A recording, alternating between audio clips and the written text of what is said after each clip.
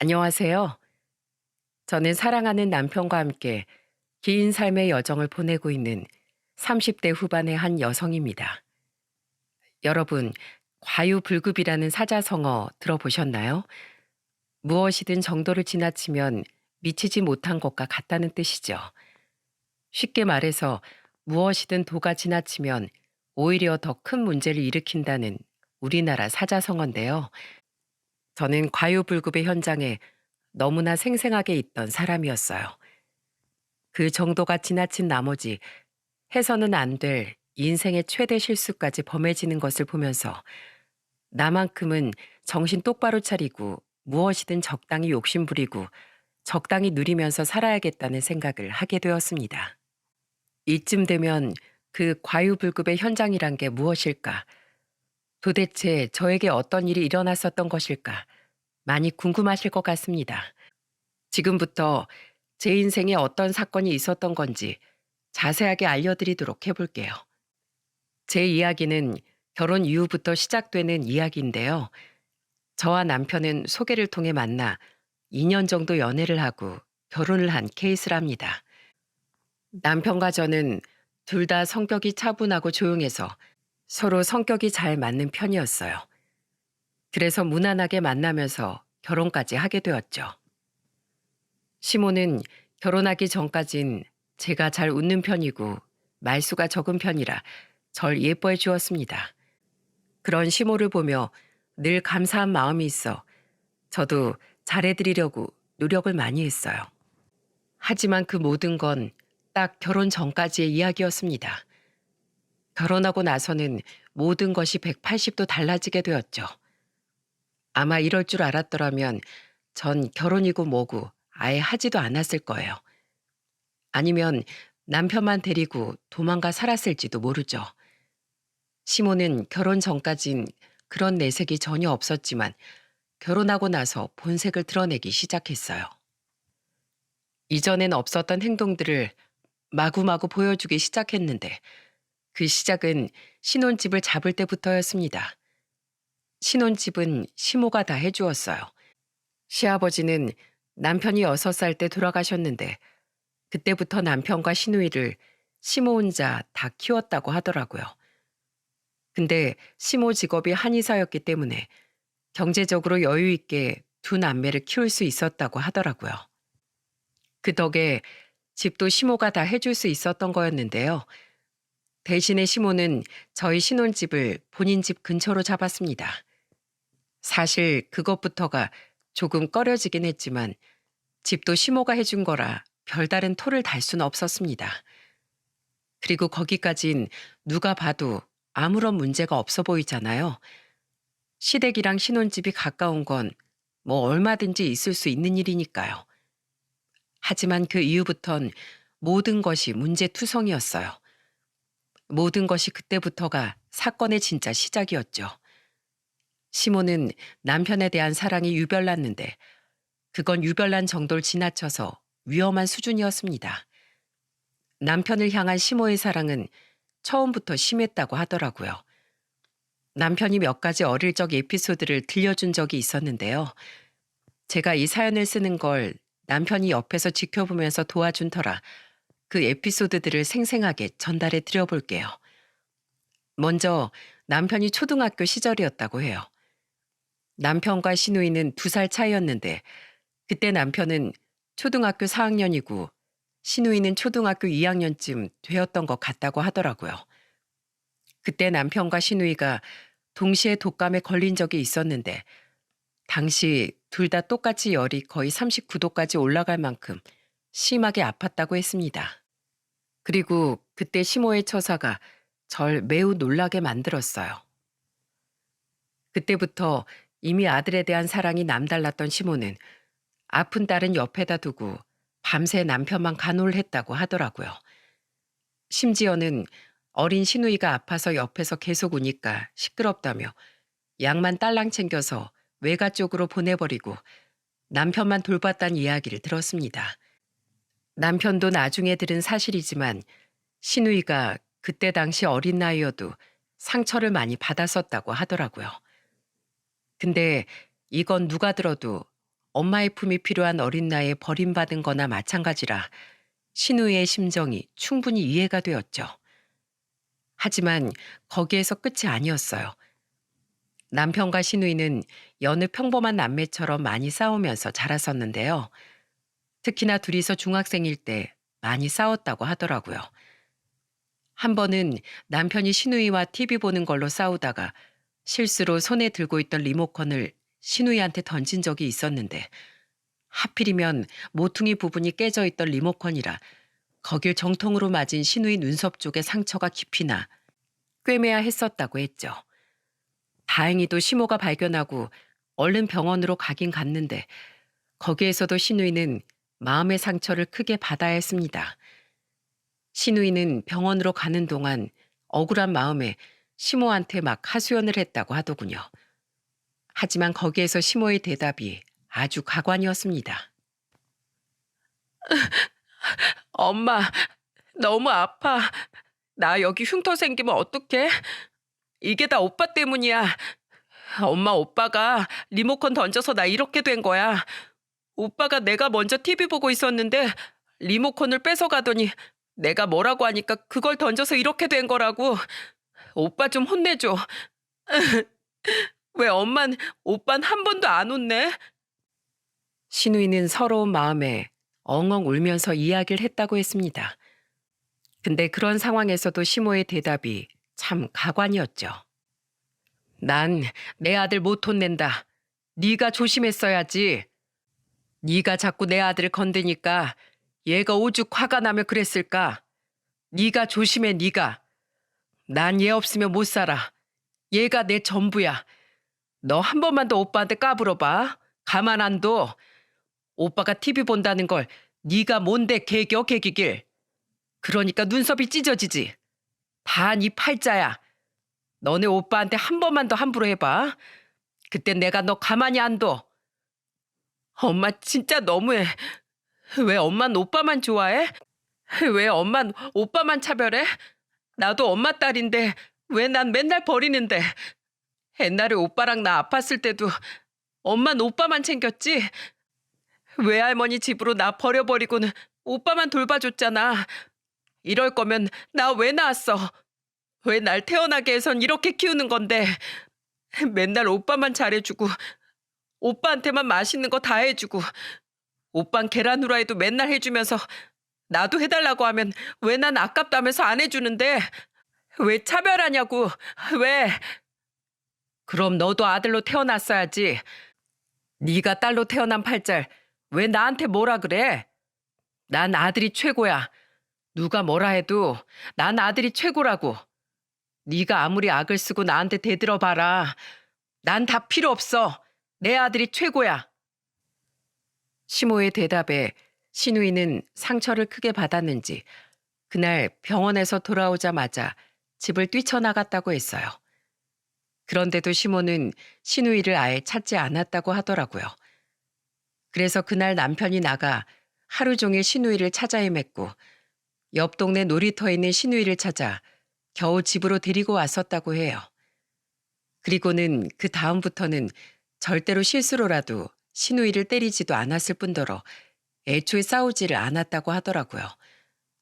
오히려 신우이에게 잘해주는 사람이 되었죠. 여러분, 이게 정상적인 모습인가요? 저는 이 이야기들을 듣는데 진짜 신우이가 너무 불쌍하고 안타깝더라고요. 그리고 시모가 도통 이해가 되지 않았어요. 하지만 시모는 여전했습니다. 그 이후에 시모는 성인이 될 때까지 신우이와 남편을 차별했는데 점점 더 도를 지나치고 있었습니다. 시모는 성인이 된 신우이에게 매일같이 하는 소리가 있었어요.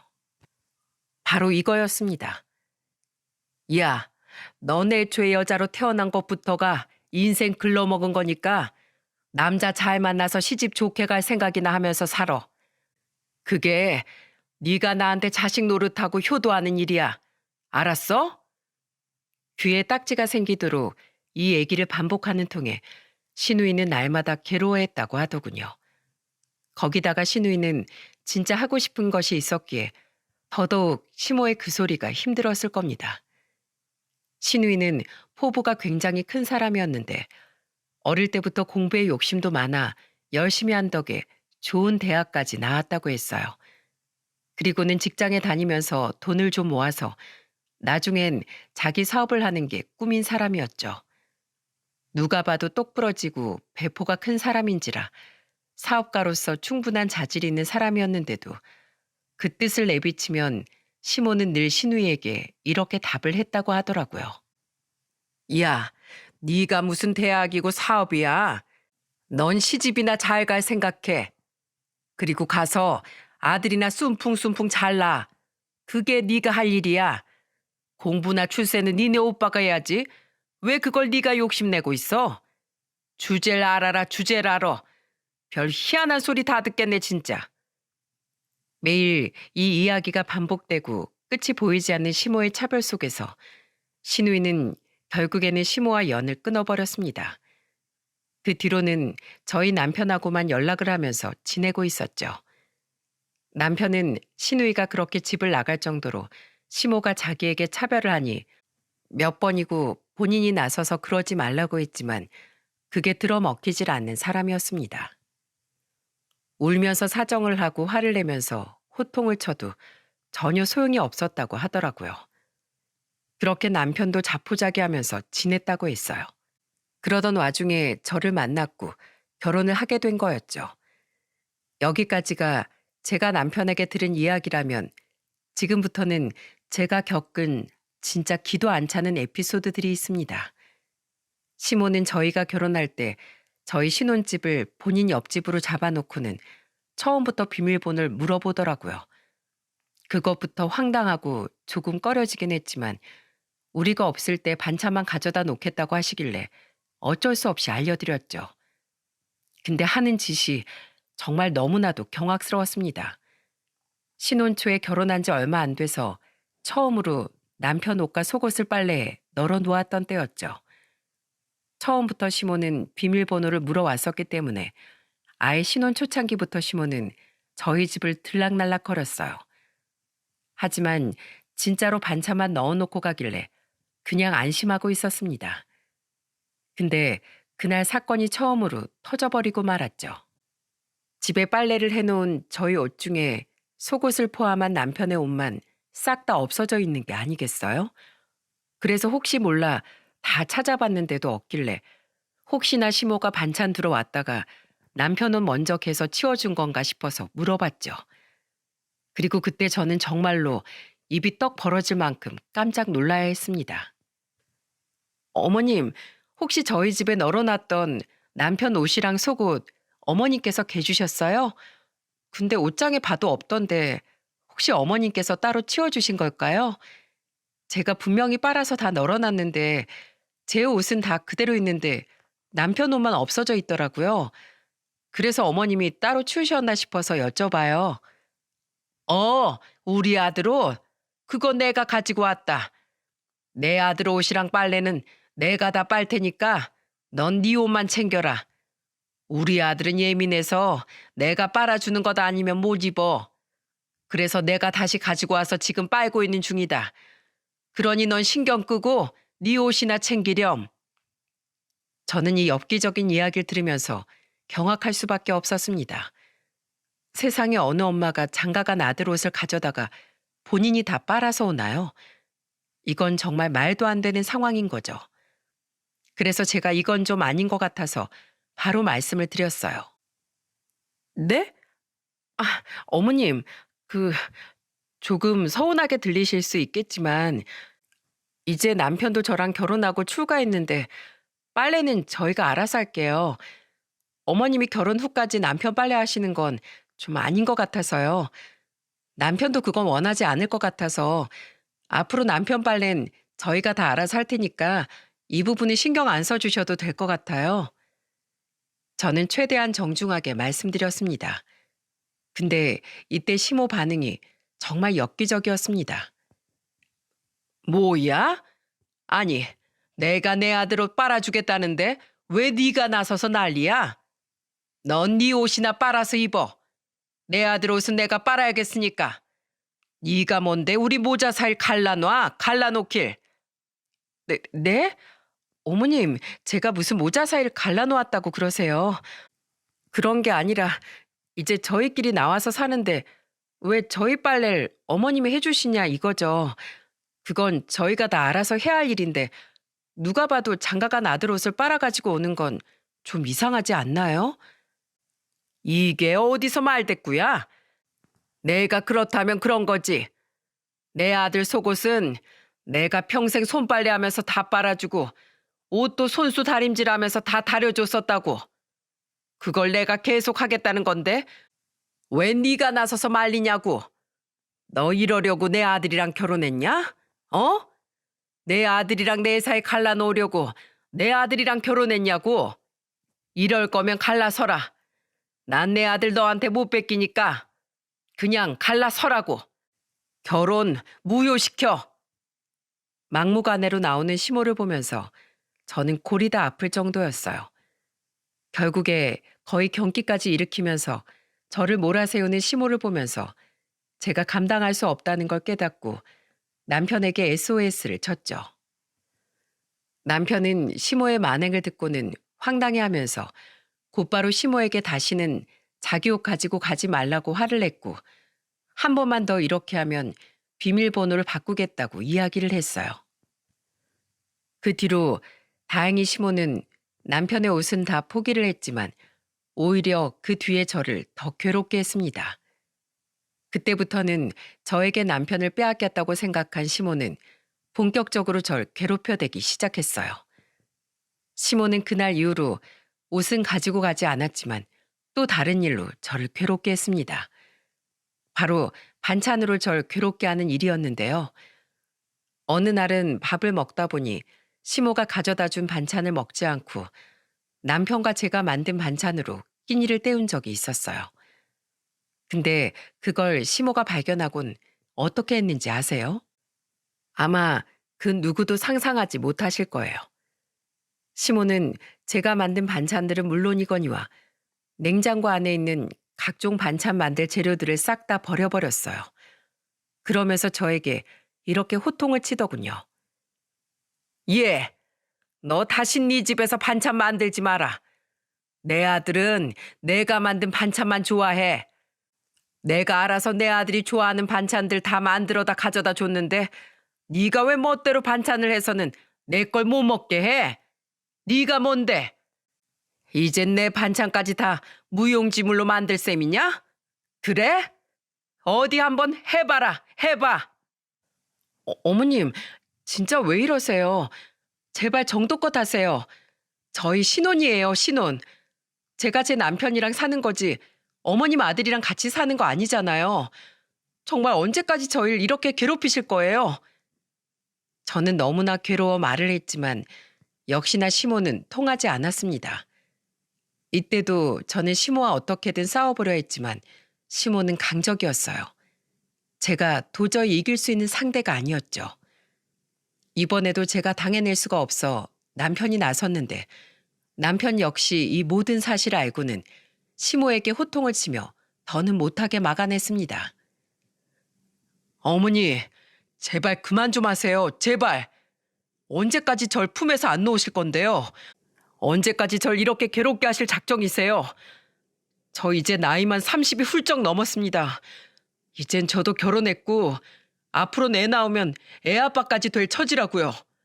근데 언제까지 5살 된 아이 마냥 품에 안고 안 놓아주실 건데요? 정말 지긋지긋합니다. 지긋지긋해요. 한 번만 더 이러면 저 이젠 어머니 안 보고 살 거예요. 아예 멀리 이사 가버릴 거니까 저 이사 가는 걸 보고 싶으시면 또 한 번 이렇게 해보세요. 야, 넌 누구 자식이야?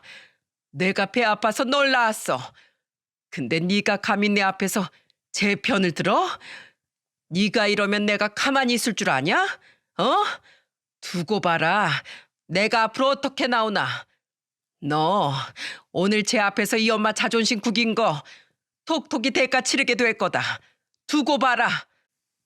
남편은 으름장을 내놓으며 시모에게 이야기를 했지만 역시나 강적인 시모는 이 역시도 통하지 않아 자기 말만 해버리고는 집을 나가더라고요. 그리고 시모는 그 이후에 진짜 경악스러운 일을 벌이고야 말았습니다. 저와 남편은 정말로 이사를 가야 하나 그날 밤 심각하게 고민을 했었어요. 그리고 그날 이후 하루도 되지 않아 우리는 이사를 확정 지을 수밖에 없었죠. 왠 줄 아세요? 그 다음날 우리 집에선 감히 생각도 못한 어마무시한 일이 벌어져 있었거든요. 남편보다 집에 먼저 퇴근한 저는 집에 들어가자마자 비명을 질러야 했습니다. 왜냐하면 거실이며 안방에 모두 제 옷이 갈기갈기 찢어진 채로 널브러져 있었거든요. 저는 그때부터 살이 막 떨렸습니다. 너무 기가 막히고 무서웠어요. 처음엔 도둑이 든 줄 알았고 그래서 바로 남편에게 전화를 했어요. 이 이야기를 들은 남편은 깜짝 놀라 바로 집으로 달려왔죠. 저희는 경찰에 바로 전화를 해서 어떻게 된 영문인지 알아보았습니다. 그리고 우리는 그 뒤에 알게 된 사건의 전말을 보고 경악할 수밖에 없었어요. 경찰 쪽에서 바로 아파트 CCTV를 통해 우리 집에 들어온 사람을 봤는데 우리 집에 들어온 사람은 유일하게 딱 한 명이었습니다. 누군지 다들 예상이 가시죠? 네, 바로 저희 시모였어요. 경악스러운 상황을 목격하고 나서 우리는 그 자리에서 결정을 할 수밖에 없었습니다. 시모를 떠나야겠다는 결정이었죠. 그날 바로 집을 내놓고 우리는 시모의 집과 멀리 떨어진 곳으로 이사를 했습니다. 근데 시모는 우리의 생각보다도 더 무서운 사람이었어요. 우리가 이사 간 지 3개월 만에 시모가 어떻게 했는지 아십니까? 바로 우리가 이사한 집 근처로 그것도 바로 옆동으로 이사를 온 거였죠. 진짜 경악스러웠어요. 그때부터 남편과 저는 노이로제에 걸리려고까지 했습니다. 정말이지 시모라는 사람이 너무 무섭고 대단하다고까지 느껴졌죠. 근데 천만 다행인 건 남편의 으름장대로 정말로 남편이 시모를 버리고 이사까지 해버리니까 시모는 그때부터는 잠잠하게 지내더라고요. 아무래도 남편이 자신을 멀리 떠나버린다는 말이 진심이라고 생각을 못했던 시모가 어떻게든 저를 떼어내 보려고 했던 것 같은데 오히려 그게 역효과가 되어 아들이 자기를 진짜로 떠나버리니 그때부터는 아차하고 지내는 것 같았습니다. 거기다가 남편이 시모가 이사를 오자마자 한번 이야기를 했었어요. 그래서 그때부터 시모가 아주 잠잠하게 지낼 수 있었죠. 남편은 시모가 우리 집 옆동으로 이사 온 걸 알게 되자마자 시모에게 곧바로 말을 했습니다. 어머니, 여길 왜 오셨어요, 왜? 저 진짜 딱 한 번만 말씀드립니다. 더는 이전처럼 우리 살림에 간섭하지 마세요. 또다시 이전처럼 그렇게 해버리면 그땐 우리 아예 저 멀리 외국으로 떠나버리고 다신 영영 어머니 보지 않을 거니까 어디 제 동생에 이어서 저까지 안 보고 살고 싶으시면 그렇게 해보세요. 저 이 말 2번 반복 안 합니다. 저 여기까지 이사 오는 것도 허투루 말씀드리고 한 거 아니었고 진짜로 이사 와버린 거 보셨죠? 외국으로 아예 도망가서 어머니 안 보고 살겠다는 말도 가짜 아니에요. 진심이라고요. 그러니까 제발 여기까지 와서 우리 간섭하지 마시고 어머니대로 사세요. 아셨어요? 알았어. 내가 이제는 정말로 조용히 살 테니까 제발 이 엄마를 떠난다는 소리만 하지 말아다오. 이 엄마 안 보고 살겠다는 말만 하지 마. 이제 나 다시는 안 그래. 정말로 내 며느리 너처럼 아끼면서 살게. 그러니까 아들, 이 엄마 떠난다고만 하지 말어. 시모는 그렇게 한불 꺾인 목소리로 남편에게 사정을 했고 저희는 정말 딱 한 번만 더 믿어드리기로 했습니다. 그 뒤로 정말로 시모는 조용하게 지냈어요. 이렇게 이사 와버린 것도 시모에게는 큰 충격이었는데 또 한 번 그러면 얼마든지 외국까지도 갈 수 있다고 말을 하니 시모가 거기에 겁을 먹고 그때부터는 그냥 조용히 지내더라고요. 그게 딱 결혼하면서 1년 동안 보낸 시간들이었습니다. 그 이후 동안엔 시모는 아무 문제 없이 평범하게 잘 지냈어요. 그러다가 문제는 6년 뒤에 터졌죠. 우리가 결혼한 지 정확히 7년째가 되던 해 우리 가족에게는 비극적인 일이 벌어졌어요. 바로 남편이 위암에 걸린 거였죠. 불행 중 다행이라면 남편의 위암이 아주 초기에 발견되었다는 거였어요. 그래서 간단하게 수술만 받으면 되는 상황이었지만 그래도 시모와 저는 남편 걱정이 너무 되더라고요. 게다가 그 와중에 남편은 치료를 받으면서 살이 무려 16kg나 빠졌고 그걸 보면서 시모는 심히 근심스러워했습니다. 아이고, 내 새끼. 암 걸린 것도 억울한데 왜 이렇게 살이 빠지누? 치료가 왜 이렇게 독해? 내 새끼 불쌍해서 어째? 내 새끼 불쌍해서 어쩌누? 어머니, 걱정하지 마세요. 그래도 이게 다 치료하는 과정이고 저 수술만 잘하면 금방 건강 회복할 수 있다고 하니까 너무 염려하지 않으셔도 돼요. 저 수술 잘 마치고 얼른 어머니 아들답게 씩씩하고 건강해질 테니까 걱정 마세요. 아셨죠? 그래, 얼른 낫자. 얼른 낫자, 내 아들. 시모는 다행히 남편이 치료 잘 받고 조금씩 호전되어 가는 걸 보면서 안심하고 있었습니다. 저는 남편 옆을 계속 지키면서 간호를 열심히 했어요. 어쨌든 초기에 수술 잘 받으면 치료할 수 있는 정도였지만 그래도 제 남편이었기 때문에 하루라도 더 빨리 회복이 되고 조금이라도 덜 아플 수 있게 지극정성으로 간호를 했죠. 그 모습을 보면서 시모도 고마워하는 눈치였습니다. 물론 저한테 고맙다거나 고생한다거나 하는 그런 내색들은 거의 보이지 않았지만 사실 저는 그동안의 시모의 행적을 봤을 때 남편이 아픈 걸 보면서 저에게 온갖 원망을 다 쏟아낼 거라고 생각했는데 오히려 말이 없더라고요. 게다가 아주 드물긴 해도 몇 번 저에게 고생한다고 이야기도 했던 터라 그렇게 셋이서 서로 의지하면서 이 고비를 잘 넘어가고 있다고 생각했죠. 그렇게 힘든 시간을 지나면서 남편은 다행히도 건강을 회복할 수 있었습니다. 의사에게 치료가 잘 마무리되었다는 통보를 들었을 땐 셋이서 거의 부둥켜 안고 울기까지 했었어요. 셋 다 마음고생, 몸고생을 많이 했었기에 정말 감격의 눈물을 다 같이 흘리며 기쁨을 만끽했습니다. 시모는 치료 이후에 살이 너무나 빠져있는 남편을 보면서 안타까워하면서도 그래도 고쳐서 천만다행이라며 기뻐했어요. 그렇게 우리는 한 고비를 잘 지나 드디어 비로소 진짜 깊은 가족이 된 듯 했습니다. 하지만 그건 착각이었어요.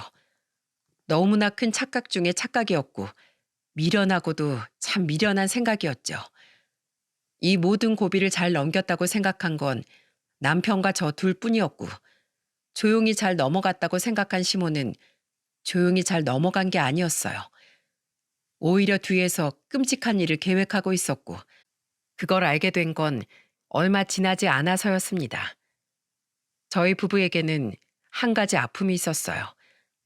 바로 결혼한 지 7년이 다 되어 가는데도 아이가 없다는 거였죠.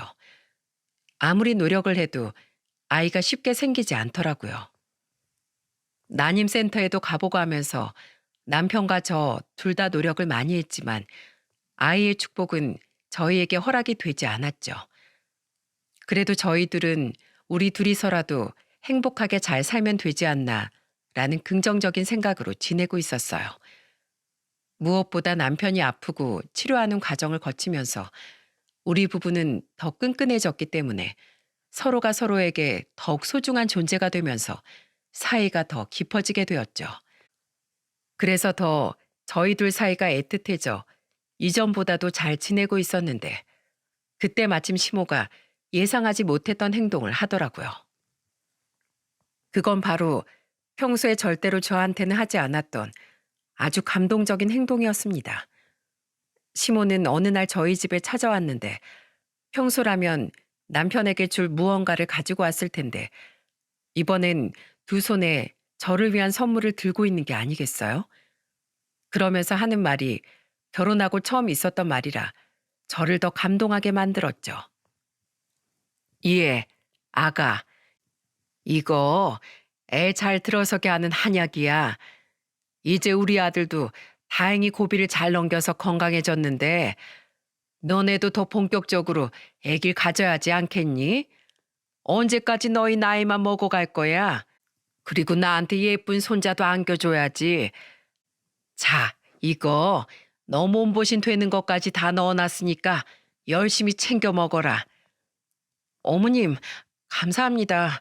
이렇게까지 안 챙겨주셔도 되는데 아이 낳고 예쁜 손주 보여드려 하는데 그렇게 못해서 죄송해요. 저 이거 먹고 열심히 노력해서 어머님께 예쁜 손주 꼭 보여드릴게요. 그래, 그래. 그거면 됐다. 나도 뭐 이제 내 아들도 치료 잘 끝났겠다.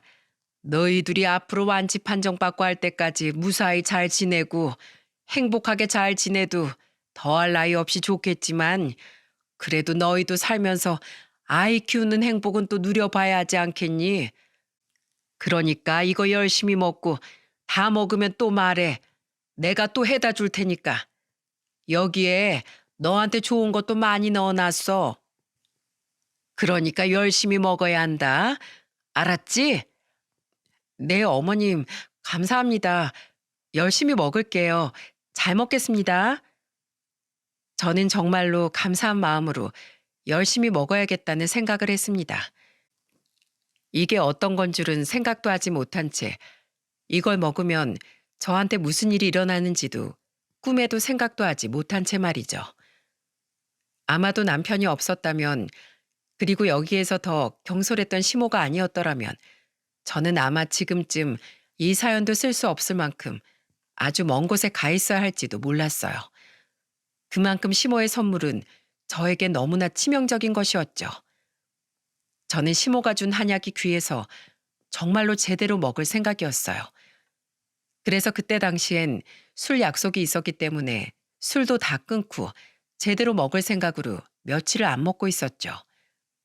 대신에 시모가 한약을 주고 간 그날 남편이 저보다 늦게 퇴근을 한 터라 밤중에 들어왔었는데 남편이 들어오자마자 바로 자랑을 했답니다. 여보, 글쎄 어머님이 나 한약 지어주고 가신 거 있지? 뭐? 엄마가? 어머니가 당신 한약을 지어주고 가셨다고? 신기하네. 무슨 일이래? 그러니까 말이야. 어머님 말이 당신도 이제 치료 다 받고 건강 유의하기만 하면 되니까 나 몸 만들면서 임신할 준비하라고 하시더라고. 그러면서 나 몸보신도 되고 애기도 잘 들어서는 한약이라면서 주고 가셨어. 진짜 해가 서쪽에서 뜰 일이지? 나 이거 너무 소중해서 진짜 제대로 먹어보려고. 어머님이 날 위해서 이렇게 해주시는 거 처음이잖아. 당신 아프고 나서 내가 옆에서 당신 계속 간호하고 고생한 거 어머님도 아시는 것 같아. 그래서 더 감동인 거 있지? 이번 주까진 나 술 약속 계속 있어서 약속 다 끝나고 나면 그때부터 먹으려고. 그래. 근데 우리 어머니가 웬일이래? 진짜로 해가 서쪽에서 뜨려나 보다. 안 그래도 나 아프면서 어머니도 많이 힘들어 하셨잖아. 원래부터 나라면 뭐든 도가 지나치신 분인데 얼마나 많이 힘들어 하셨겠어. 근데 내가 다 나았으니 어머니가 더 신경 쓰이시겠네. 진짜 처음으로 해주신 거니까 열심히 먹고 우리 다시 노력해보자. 여보, 우린 당신 아프면서 아예 아기는 포기했는데 이렇게 어머님이 다시 힘을 주시네. 나 진짜 열심히 먹어야지. 저와 남편은 시모가 한약을 주면서 다시 아기를 가지자고 하는 용기를 얻게 되었고, 저는 정말로 다시 한번 희망을 가지고 임신 준비를 할 생각이었습니다. 그래서 미리 약속 잡혀있던 술 약속을 모두 끝내고 드디어 먹으려고 컵에 따라 전자레인지에 돌리고 입에 막 넣으려고 할 때였죠. 그때 갑자기 제 핸드폰이 막 울리더라고요. 보니까 남편이길래 평상시와 같이 받았습니다. 그리고 그날 제가 그 전화를 받지 않았더라면 아마도 지금은 영영 남편을 볼 수 없는 다른 곳에 있었을지도 몰라요. 여보, 왜 전화했어? 어머님 뵈러 간다더니 어머님이랑 같이 있는 거 아니야? 여보, 지금 뭐해? 혹시 어머니가 지어주셨다는 한약 먹었어? 먹은 거야? 어? 아니, 나 지금 먹으려고 막 데웠어. 딱 마시려던 찰나에 여보한테 전화가 왔네? 근데 무슨 일인데 그렇게 급하게 말을 해? 여보, 안 돼. 그거 먹지 마. 그 한약 마시지 마. 당장 갖다 버려. 냉장고에 있는 것들까지 싹 다 버려버리라고. 그거 절대 마시지 마. 당신 그거 먹으면 큰일 날 수 있어. 저는 남편의 다급한 외침을 들으면서 당황스러움을 감출 수가 없었습니다. 벼랑간 시댁에 간 남편이 갑자기 전화를 해서는 시모가 다려준 한약을 먹지 말라니 누구라도 당황할 수밖에 없는 상황이었을 거예요.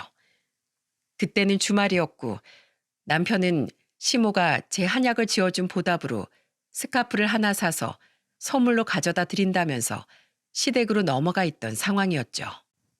항상 자주 다닐 수 있는 가까운 거리였기에 남편만 건너갔었고 저는 집에서 한약을 먹을 준비를 하고 있던 거였는데 만약 남편이 그날 시댁에 가지 않고 제가 집에서 아무것도 모르고 그 한약을 마셨더라면 정말 일어나서는 안 될 끔찍한 일이 일어났을 수도 있습니다. 저는 남편의 말을 듣고서 당황스럽긴 했지만 바로 그 약을 버렸어요. 그리고 남편에게 물었죠. 여보, 일단 싱크대에 버렸어. 근데 무슨 일이야? 무슨 일이길래 이걸 다 버리래? 어머님이 뭐 잘못 만드신 거래? 내가 가서 다 설명해 줄게. 일단 빨리 그거 절대 맛이 생각하지 말고 냉장고에 있는 것들까지 싹 다 버려. 얼른! 남편의 다급한 이야기에 저는 영문도 모른 채로 시모가 다려다 준 한약을 버려야 했습니다.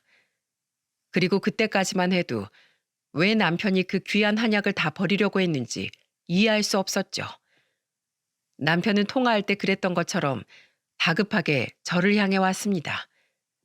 그리고 저에게 아주 충격적인 이야기를 전달해 주었죠.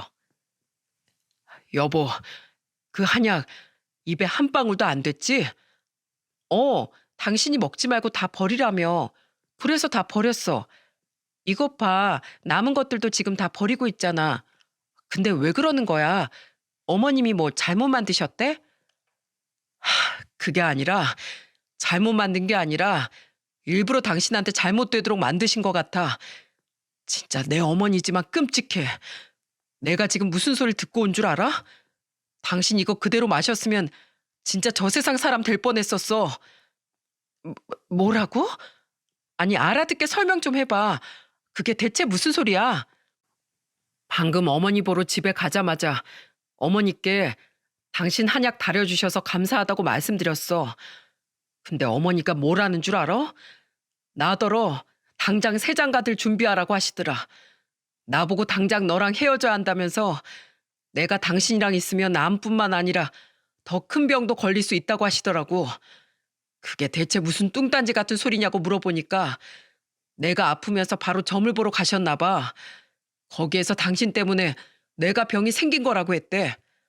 그래서 당신이 내 옆에서 없어져야지만 내가 안전하다면서 그거 한약 꼬박꼬박 먹이라고 하시더라고. 지금도 이 말하면서 내 심장이 다 떨린다. 여보가 그 한약 다 마시면 자연스럽게 나랑 헤어지게 될 거니까 나보곤 내 사주에 맞는 새 여자 만날 준비나 하고 있으라고 하시는데 가만히 있을 수가 있어야지. 지금 집 다 엎어버리고 왔어. 뭐라고? 믿을 수가 없어. 어머님이 어떻게 그러실 수가 있어? 나도 지금 믿을 수가 없어. 어머니가 이 정도일 줄은 몰랐어, 여보. 그거 아직 다 안 버린 것들 당장 성분 의뢰하자. 하고 진짜로 어머니가 그 한약에 이상한 약재 넣어놨으면 당장 신고하자고. 이건 우리 어머니라도 나 절대로 용서 못해. 이건 인간이 할 짓이 아니잖아. 당장 의뢰하자. 남편의 이야기를 들은 저도 충격이었지만 남편은 본인의 친어머니가 이런 짓까지 저지른 것이었기 때문에 더 큰 충격을 받은 듯했어요. 저희는 곧바로 한의사이신 제 외삼촌에게 시모가 지어준 한약을 가지고 가서 성분 의뢰를 부탁드렸죠. 그리고 얼마 안 되어 알게 된 성분 분석 결과는 너무나도 충격적인 결과를 안겨주었습니다. 시모가 지어준 한약 안에는 끔찍하게도 심장에 좋지 않은 약재가 들어있었어요. 일반 사람들이 먹으면 문제가 되지 않을 수 있겠지만 이 약재는 저에게 너무나도 치명적인 약재였습니다. 왜냐고요? 제가 한때 심장 때문에 수술까지 받은 심장병 환자였거든요. 외삼촌은 성분을 분석하자마자 깜짝 놀라 저에게 전화를 하셨고 저는 그 전화를 받자마자 다리에 힘이 풀려 그대로 주저앉아야만 했습니다. 선영아, 너 이거 먹었니? 먹은 거 아니지? 너 이거 절대로 마시면 안 돼. 여기 안에 심장에 안 좋은 약재들이 있어. 너 이거 먹으면 큰일 날 수도 있다. 절대로 먹지 말고 이거 당장 가져다 버려. 누가 해준 거야 대체? 한의사 하신다는 너네 시어머니가 해주신 거야? 그 양반 큰일 날 양반이네. 의사 딱지 떼라고 해라. 너 심장 안 좋은 거 모르고 해준 거야 뭐야? 환자 체질도 제대로 모르고 한약을 지으면 어쩌자는 거야? 야, 이거 당장 다 폐기해라. 절대로 넌 먹으면 안 돼. 저는 이 이야기를 듣자마자 제가 어떻게 할 새도 없이 그대로 스르륵 주저앉아 버릴 수밖에 없었어요. 이렇게 끔찍한 일을 저질러 버리는 시모라뇨. 저는 주체할 수 없는 두려움과 분노가 치밀어 올랐습니다. 이 모든 사실을 그대로 남편에게 말했고 남편은 외삼촌에게 그 성분 분석표를 받아 증거로 삼고는 곧바로 시모를 고소해버렸어요. 남편은 경찰에 신고를 하자마자 곧바로 시모가 있는 집으로 달려가 온 집안에 있는 모든 물건들을 깽판치면서 화를 냈어요. 어머니는 인간이 아니에요. 인간이 아니라고요. 당신은 악마입니다. 어떻게 당신 며느리 심장 안 좋은 거 뻔히 알면서. 아니지. 어떻게 그걸 이용해서 이렇게 큰 일을 저지를 수가 있어요. 지금 경찰에 신고하고 오는 길입니다. 당신은 절대로 용서받으면 안 돼요. 절대로 당신을 용서할 수가 없습니다. 끔찍하네요. 정말 너무너무 끔찍하다고요. 남편은 자신의 어머니가 악마였다는 사실에 분노를 하면서도 오열을 하며 악에 받쳐 소리를 질렀습니다. 거기에 시모는 처음엔 당황한 듯 했지만 이내 얼굴이 표독스럽게 변하면서 그제서야 본심을 나타내던 거 있죠. 내가 뭘 그렇게 잘못했는데? 진짜로 잘못한 건 쟤야. 내가 아니라 쟤라고. 너한테 진짜 악마는 내가 아니라 쟤인데 왜 그걸 몰라? 쟤 때문에 네가 암에 걸리고 그 생고생을 했는데 왜 내가 악마야? 내가 그 악마 너한테서 자연스럽게 처리해 주려고 한 것뿐이야. 정신 차려 너. 지금 너한테 필요한 사람이 누군지, 진짜로 널 위하는 사람이 누군지 제대로 판단해. 네 곁에 진짜로 있어야 하는 사람이 누군지 똑똑히 직시하라고. 시모는 뻔뻔하게도 너무나 무서운 말을 서슴없이 했습니다. 아무런 죄책감도 가지고 있지 않았죠. 그리고 저는 저를 가리켜 막말을 하는 시모를 향해 참을 수 없는 분노를 터뜨려야만 했습니다. 진짜 무섭다. 진짜 무서워. 당신은 정상이 아니야. 정상이 아니라고.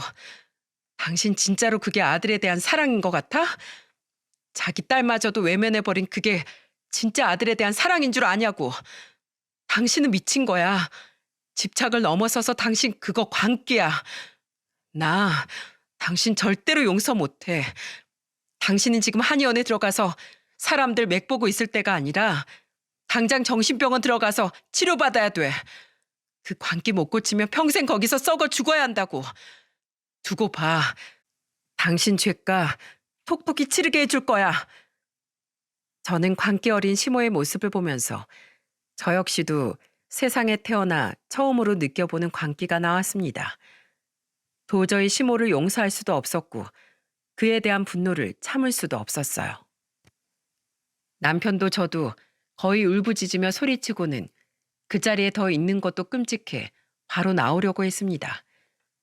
근데 역시나 반성이라곤 눈 씻고 찾아볼래야 찾아볼 수 없었던 시모는 끝까지 자기가 잘했다고 주장하며 뒤돌아 나오려는 남편의 팔을 붙잡고는 늘어졌어요. 안 돼. 너는 못 가. 넌 쟤랑 헤어져야 돼. 나 너 죽는 꼴 못 본다. 나 너 이 세상에서 사라지는 꼴 못 봐. 그러니까 당장 저거랑 이혼해. 떨어지라고. 네 팔자에 필요한 건 나야. 이 엄마라고. 제발 아들 정신 좀 차려. 이건 나요. 이젠 진짜 무서워요. 또 어머니가 어디까지 갈지 두렵다고요. 지금 내 손 안 놓으면 나 영영 다시는 어머니 안 봐요. 그러니까 앞으로 나 계속 보고 싶으면 지금 당장 이 손 놔요. 나 어머니랑 제 아내 같은 공간에 있게 하기 싫습니다. 지금은 아내랑 갈 거니까 당장 이 손 놓으시라고요. 남편은 사정을 하며 매달리는 시모를 매몰차게 뿌리쳐버렸고 그대로 거실 바닥에 주저앉혀져 버린 시모는 발까지 동동거리며 떼쓰듯 남편을 붙잡았지만 남편은 아랑곳하지 않고 절 데리고 그 지옥 같은 곳에서 데리고 나왔습니다. 그 뒤로 시모는 경찰서로 끌려가 조사까진 받았지만 제대로 죗값을 치르길 원했던 우리의 바람과는 달리 집행유예로 끝나게 되었어요. 실제로 저한테 문제가 되는 한약을 준 건 맞지만 제가 정말 실제로 먹고 잘못된 것이 아니었기에 시모는 초범인데다 미수에 그쳐 집행유예로 풀려나게 되었죠. 하지만 시모는 법의 심판을 솜방망이로 받았을지 몰라도 현실에서는 톡톡히 그 죗값을 치르게 되었습니다. 왜냐하면 시모가 한약 문제로 고소당해 집행유예를 받은 게 소문이 퍼지게 되면서 한의원은 난리가 났고 그때까지도 한의원에 다니던 환자들은 난리가 나면서 한의원을 완전히 다 초토화시켜버렸고 말년이 완전히 망해버린 겁니다. 그 뒤로 우리는 시모에게 최대한 멀리 벗어나기 위해 캐나다로 이민을 와버렸어요. 이번에도 시모가 우리의 행방을 안다면 어떻게든 쫓아올 위인이라는 걸 알고 있었기에 아예 종적을 감추듯 어떠한 말도 하지 않고 캐나다로 이민을 와버렸죠. 시모는 어떻게든 우리가 어디 있는지 찾아내기 위해 이리저리 수소문하고 계속적으로 우리에게 연락을 취했지만 우린 절대로 우리가 어디에 있는지 알려주지 않았습니다. 그렇게 한동안 아예 우린 시모 앞에 나타나지 않았어요. 완전히 혼자가 되어버린 시모를 보면서 저희는 자업자득이라는 생각을 했지만 그래도 차마 부모를 버릴 수는 없었기에 어렵게 고민한 끝에 지금은 남편만 시모를 만나러 한국에 종종 나가고 있습니다. 그리고 남편은 계속해서 시모에게 정신과 치료를 받을 걸 권하고 있어요.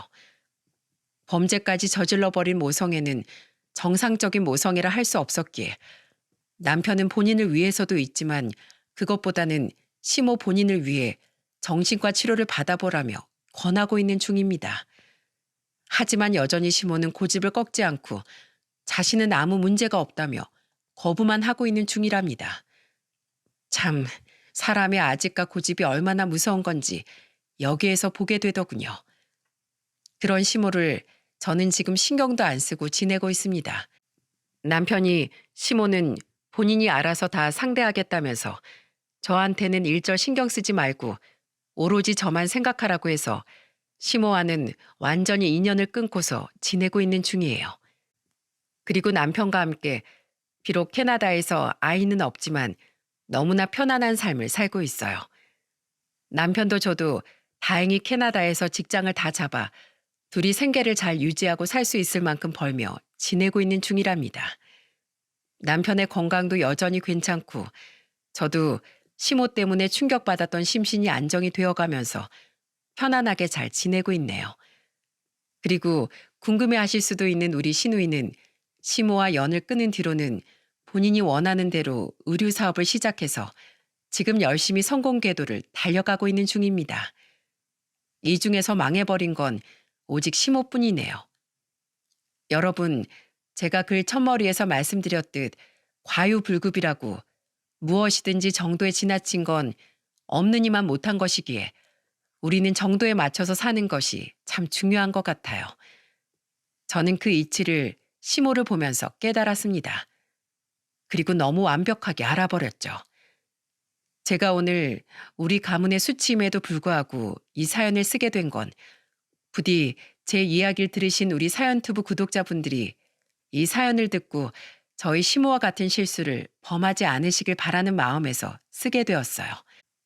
우리 더도 말고 덜도 말고 그냥 우리 삶에 주어진 대로, 손에 쥐어진 대로 만족하며 사는 것이 제일 편안하고 행복한 일이니까 딱 그만큼만 누리며 살았으면 좋겠어요. 저의 사연 들어주셔서 감사합니다.